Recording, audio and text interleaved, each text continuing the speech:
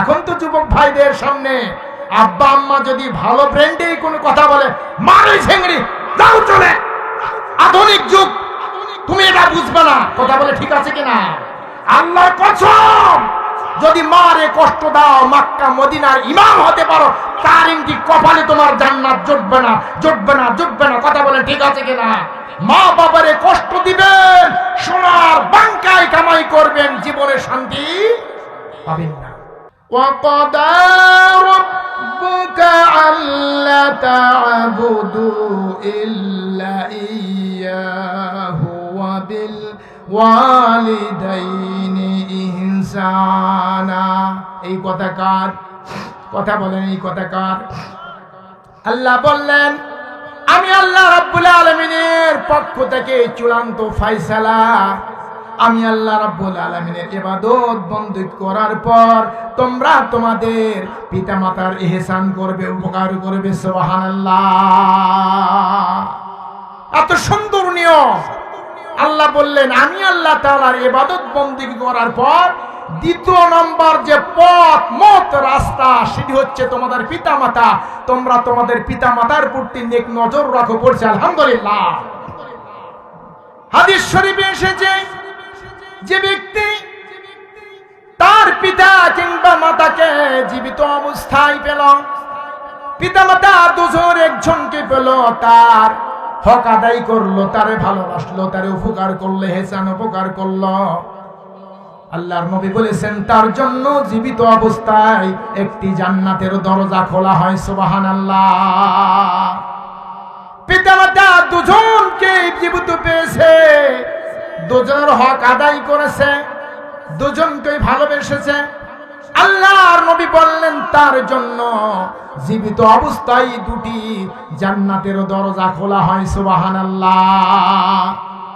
অপরদিকে আবার বলানো হয়েছে, যে ব্যক্তি আব্বা কিংবা আম্মা দুজনের একজনকে জীবিত পেয়েছে, হক আদায় করলো না, ভালোবাসলো না, এমন সন্তান আছে না নাই? বেয়াদব সন্তান আছে না নাই? কথা বলেন, আছে না নাই? বাবা মারে ঘাড় ধাক্কা দিয়ে বেড়ে যায়, এমন সন্তান আছে না নাই? আল্লাহর নবী বলেছেন, সে শুনে রাখো, জীবিত অবস্থায় তার জন্য একটি জাহান্নামের দরজা খোলা হয়। পড়ছি নাউযুবিল্লাহ। আব্বা আম্মা দুজনের দুজনকে জীবিত পেল, হক আদায় করলো না, ভালোবাসলো না, আব্বা আম্মার সে খোঁজ খবর নিল না।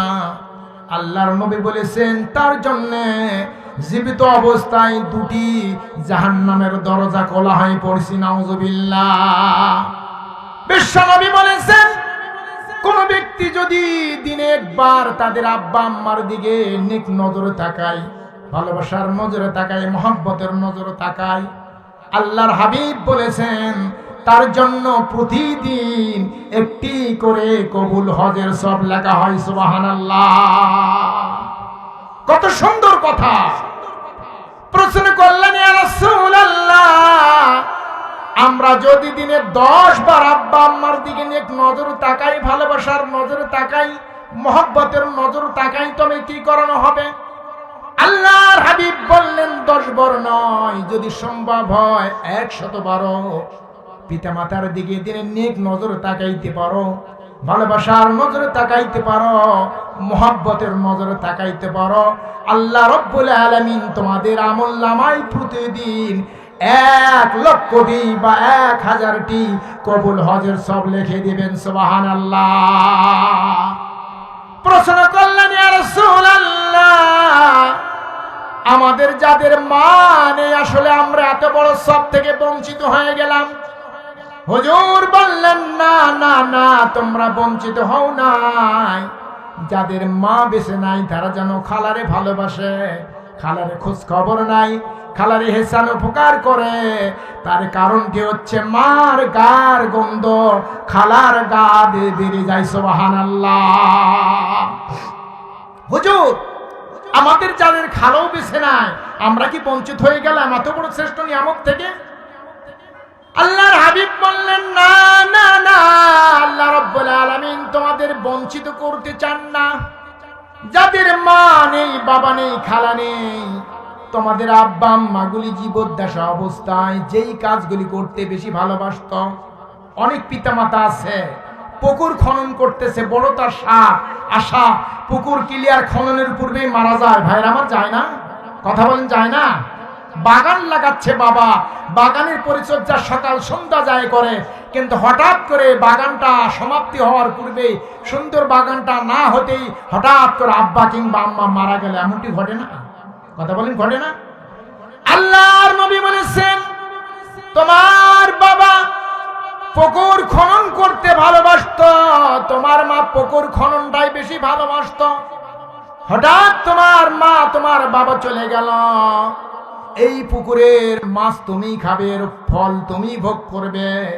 তোমার আব্বা তোমার আম্মা ভালোবেসেছিল, এর দিকে তাকিয়ে যদি তুমি পুকুরটা সমাধা করো, এর পরিচর্যা করো, এটি তোমার মৃত্যু। পিতামাতার খেদমত, সুবহানাল্লাহ। আল্লাহর হাবিব বললেন, তোমাদের আব্বা আম্মা একটা বাগান লাগাচ্ছিল, এটি তার মনের বর্ষাদ, এর দিকে তাকিয়ে যদি তোমরা এই অসমাপ্ত কাজ ক্লিয়ার করো, আল্লাহ রাব্বুল আলামিন তোমাদের আমল নামায় এটি মৃত্যু। পিতামাতার খেদমত দেবেন, সুবহানাল্লাহ। ইয়ামিন থেকে হাজী সাহেব এসেছেন, মাকে কাঁধে নিয়ে হজ করাচ্ছেন, আর বললেন, আজ থেকে আমি আমার মাহারক আদায় করে ফেললাম। শুনে হযরত ওমর রাদিয়াল্লাহু বললেন, যুবক তুমি কি বললা? আমি আমার মার হক আদায় করলাম বলে কেমনে? মাকে লক্ষ লক্ষ টাকা খরচ করে হজ করাচ্ছি, শুধু তাই নয়, মাকে কাঁধে বসে নিয়েছি, এক কদম মাকে হাঁটতে দেই নাই, মাকে কষ্ট করতে দেই নাই, আমি নিজেই কষ্ট করে মাকে কাঁধে নিয়ে মার বদলা হজ সব করে দিচ্ছি, আমি আমার মার হক আদায় করে ফেললাম। হযরত ওমর রাদিয়াল্লাহু বললেন, যুবক তুমি শোনো, ছোট্ট বেলায় যখন তুমি ছোট্ট অবস্থায় যখন তুমি মার মাঝে ছিলে, নতুন করে হাঁটতে শিখতেছ, হঠাৎ করে তুমি হোঁচট খেয়ে পড়ে গেছো, এমনটি হয় না? মেয়েরা আমার, হয় না? হঠাৎ করে তুমি পড়ে গেছ, তোমার জীবনে একবার পড়ার বদলা তোমার কষ্টর দিকে তাকিয়ে তোমার মা যদি জীবনে কোনোদিন একবার উহুবা শব্দ করেছে, আমার সন্তানটির কষ্ট হলো, ওই ইয়ামিনের হাজী সাহেব মাকে কাঁধে নিয়ে হজ করায় গোটা জীবন নয়, জীবনের একটিবার উহু শব্দের হক তুমি আদায় করে দিতে পারো নাই। সুবহানাল্লাহ, লিল্লাহি তাকবীর।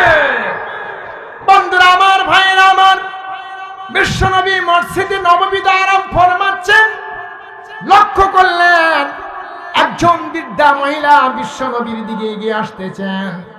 আল্লাহর হাবিব মহিলার দিকে তাকিয়ে তিনি দাঁড়িয়ে গেলেন, মহিলা উপস্থিত হয়ে গেলেন। আল্লাহর হাবিব গায়ের জামা খুলিয়ে মহিলাকে বসার জন্য দিলেন। বিশ্বনবী এই বিশ্বনবীর গায়ের জামায় মহিলা বসে পড়লেন। মহিলা বিশ্বনবীর কানে কানে কি যেন বলতে শুরু করলেন। আল্লাহর হাবিব এই বৃদ্ধা মহিলার কথাগুলি এত গুরুত্ব দিয়েছিলেন, জিবরিল আমিন ওহী নিয়ে আসলে যেইভাবে গুরুত্ব দিতেন, আল্লাহর হাবিব বৃদ্ধা মহিলার কথাগুলি তেমন গুরুত্ব দিলেন। সুবহানাল্লাহ। সাহাবীরা বললেন, এই মহিলার গায়ের চেহারা ভালো ছিল না, কথাগুলি সাজানো গোছানো না, এলোমেলো কথা, মুখে যা আসে তাই বলে। বয়স হলে তো মানুষের আর মাথার স্মৃতি ঠিক থাকে না। কথা বলেন, ঠিক আছে কিনা? আল্লাহ রাসূল মহিলার কথাগুলি এত গুরুত্ব দিলেন, যা বলে সেগুলি তিনি সাদরে গ্রহণ করলেন, কলিজায় ঢুকে নিচ্ছেন কথাগুলি। এখন তো যুবক ভাইদের সামনে আব্বা আম্মা যদি ভালো ব্র্যান্ডে কোনো কথা বলে, মারে ছেংড়ি যাও চলে, আধুনিক যুগ, তুমি এটা বুঝবে না। কথা বলে, ঠিক আছে কিনা? আল্লাহর কসম, যদি মারে কষ্ট দাও, মক্কা মদিনার ইমাম হতে পারো, তার ইংটি কপালে তোমার জান্নাত জুটবে না, জুটবে না, জুটবে না। কথা বলে, ঠিক আছে কিনা? মা বাবারে কষ্ট দিবেন, সোনার বাংকায় কামাই করবেন, জীবনে শান্তি পাবেন না। আল্লাহর হাবিব অত্যন্ত গুরুত্ব দিয়ে কথাগুলি শ্রবণ করলেন। বিশ্ব নবীর নিকট থেকে মহিলা যাবার জন্য দাঁড়িয়ে গেলেন। আল্লাহর হাবিব মহিলাকে সম্মান দেখার জন্য আবার নিজেই দাঁড়িয়ে গেলেন। মহিলা বিদায় গ্রহণ করলেন। সাহাবী বলছেন, ইয়া রাসূলুল্লাহ সাল্লাল্লাহু আলাইহি সাল্লাম, যেই মহিলাকে আশা থেকে বিশ্বনবী বসা মানুষটি উঠে দাঁড়িয়ে যায় সম্মান দেখার জন্য, এই করেই বিশ্বনবী ক্ষান্ত হলেন না, নিজের দেহ মোবারক থেকে নিজের গায়ের জামা মহিলাকে বসার জন্য বিছিয়ে দিলেন। মহিলা বিশ্বনবীর জামাই বসলেন। বিশ্বনবীর কাছে মহিলা কি যেন বলতে শুরু করলেন, কথাগুলি সাজানো গোছানো ছিল না। হাবিব এত গুরুত্ব দিলেন, মহিলা যাবার জন্য দাঁড়াইলেন, আপনিও তারে সম্মান দেখার জন্য দাঁড়িয়ে গেলেন। জানতে পারি নাকি আমরা এই মহিলার পরিচয় খানা কি? সুবহানাল্লাহ। আল্লাহ রাসূল বললেন, ও সাহাবী তোমরা শোনো শোনো, এমন একটি কথা আমি হাবিবকে স্মরণ করায় দিলে আমি তো আর চোখে পানি ধরে রাখতে পারলাম না। আমি তো মার পেটে থাকা অবস্থায় বাবাকে হারিয়েছি। কথা বলেন ঠিক আছে কিনা? এতিম নবী কোন ব্যক্তি যদি সার ময়দানের দিন বলতে না পারে, আল্লাহ আমি এতিম ছিলাম, তোমার হাবিব যদি এতিম থাকতো তাহলে ইসলামের এত বড় দায়িত্ব সে নিতে পারতো না। কথা বলেন ঠিক আছে কিনা? আল্লাহ রাব্বুল আলামিন তার এতিম বানিয়ে দিলেন। আমি এতিম নবী, আমার বাবা নেই, আমার মা নেই। একটু বয়স হতে না হতেই মাকে হারিয়েছি। আজকে যিনি এসেছিলেন তিনি হচ্ছেন আমার দুধমা হালিমাতুস সাদিয়া। আল্লাহু আকবার, আল্লাহু আকবার। পিতামাতার খেদমত করবেন যুবক ভাইয়ের আমার, দুটো দুজনের আমার আল্লাহর দেখার কারা পিতামাতার খেদমত করবেন? লিল্লাহি তাকবীর। যাদের পিতামাতা নেই প্রতি সময় আমরা পিতামাতার জন্য দোয়া করব আল্লাহর দরবারে। কথা বলেন ঠিক আছে কিনা? বন্ধুরা আমার, ভাইরা আমার, আল্লাহর হাবিবের কাছে একজন মহিলা উপস্থিত হলেন। ইয়া রাসূলুল্লাহ, আমি তো একজন মুমিনা মহিলা, ইসলাম গ্রহণ করেছি। আমার পরিবারের আমার আম্মা তো একজন বিধর্মী মহিলা, অমুসলিম মহিলার সাথে ইসলাম গ্রহণ করে নাই। এখন কি আমি আমার মার সঙ্গে সম্পর্ক রাখতে পারবো? তার খেদমত করতে পারবো? তার খাবারের ব্যাপারে কোনো খোঁজ খবর নিতে পারবো? আল্লাহ রাসূল বললেন, হ্যাঁ অবশ্যই। তোমার মা যদি মুশরিকা হয়, তোমার মা যদি কাফের মহিলা হয়, তুমি তোমার মার হক আদায় করবে। পড়ছি সুবহানাল্লাহ, পড়ছি সুবহানাল্লাহ।